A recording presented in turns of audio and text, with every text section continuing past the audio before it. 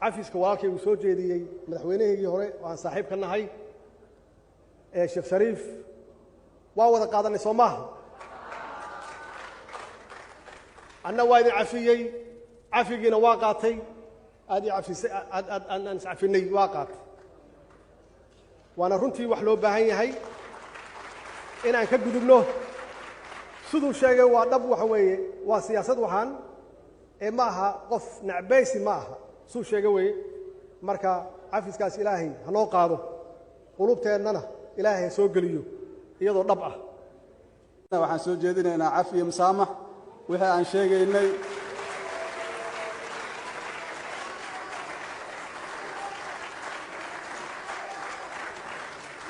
waa maasantiin aragti siyaasadeed ay ahaayeen wax kale ma ahayn intaas markaan ka gudbo halka qodob ugu dambeeya shacabka Soomaaliyeed inaan ka raali geliyo isjiidka iyo jahawareerkii soo maray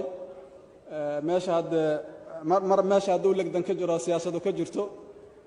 sidii wax la filaayay ma noqon karaan laakiin waxa ilaahay mahadiisa in la heshiiyay waa jeclaan heshiiska inuu soo horumaro laakiin haddana waxaan leenahay in la heshiiyaa muhiim ah marka waa idinka raali gelinaa idinkana waa mahadsantiin wassalaamu calaykum waraxmatullaahi wabarakaatuh